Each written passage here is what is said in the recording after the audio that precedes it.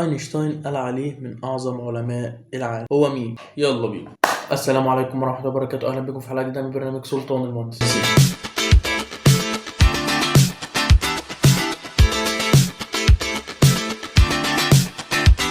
ازيك يا صديقي، عامل ايه؟ تفتكر لو في يوم من الايام قلت لك ان في عالم مصري اينشتاين بنفسه قال عليه لو كان عاش كان هيبقى واحد من اعظم العلماء في التاريخ؟ على طول بنسمع عن اينشتاين ونيوتن، بس نادرا على ما بيسمع عن المصري اللي كان ماشي جنبهم كتف في كتف. الراجل ده بدأ في دمياط وانتهى ان اينشتاين بنفسه كان دايما بيتكلم عليه. سنة 1898 وتحديدا يوم 11 يوليو في مدينة دمياط اتولد طفل اسمه علي مصطفى مشرف. ابوه كان راجل مثقف بيحب العلم وبيهتم بالتعليم، والولد كان دايما بيخلص المنهج قبل زمايله بشهور. في الابتدائي كان دايما بيحل المسائل اكبر من سنه، وكان الناس دايما بيقولوا عليه مش طبيعي. لحد ما في سن 15 سنة بس يا صديقي اتجه للجامعة وبقى من اصغر الطلبة اللي يدخلوا كلية المعلمين العليا. بعثته لانجلترا كانت بمثابة حياة جديدة ليه. اولا راح جامعة نوتنجهام، ثانيا جينكس كولج في لندن، وهناك اتصدموا بيه. تخيل شاب مصري عربي داخل يتناقش مع اساتذه ودكاتره كبار في ميكانيكا الكم والنسبيه. لا ومش كده وبس، ده دايما كان بيغلبه.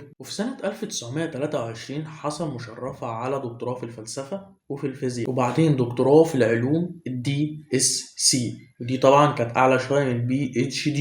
كان اصغر واحد في العالم ياخد الدكتوراه دي. وقفات الشاي بتاعتك بقى يا صديقي، ويلا بينا نتكلم عن انجازاته. اول انجاز معانا بقى يا صديقي وهو تطوير نظريه النسبيه. رافا كان من الاوائل اللي عرفوا عمق نظريه اينشتاين، كتب ابحاث تشرح النسبيه بطريقه مبسطه وعلميه. والصادم بقى ان اينشتاين نفسه قال ان شرفه واحد من القلائل اللي فهموا نظريته بعمق. الانجاز الثاني معانا يا صديقي وهو ميكانيكا الكم والذره. خليني اقول لك ان مشرفه كان سابق اشتغل على تركيب الذره، مستويات الطاقه، الاشعاع الكهرومغناطيسي، تفسير الظواهر الذريه بالكم، وابحاثه كانت سبب ان علماء كتير في اوروبا يكملوا نظريات. الانجاز الثالث يا صديقي وهو ان مشرفه اتكلم عن الطاقه الشمسيه. من حوالي 100 سنه الناس كانت بتقول ان الطاقه الشمسيه دي خيال، ولكن مشرفه قال لهم الشمس هتبقى مصدر الطاقه الاول للبشريه. كتب بحث عن تحويل الطاقه الشمسيه الى طاقه حراريه. الانجاز الرابع يا صديقي محاوله الوصول للاندماج النووي. مصطفى مشرفه كان بيذاكر نظريه الاندماج النووي والانفجار النووي، وكان قريب جدا من معرفه كيفيه انفجار الذره. الانجاز الخامس صديقي وهو تبسيط العلم. بص، مصطفى مشرفه ما كانش بس عالم، لا ده كان معلم كمان. كان بيكتب كتب بالعربي لتبسيط الفيزياء والعلوم للشباب والاطفال، وكان هدفه يخلي العلم سهل مش معقد زي ما الناس عارفه. انا اقول لك ان مصطفى مشرفه في اخر ايامه كان معاه اعداء كتير مع اليهود، وده كان بسبب نقطتين. اولا ان مصطفى مشرفه كان دايما بيدعم علماء العرب،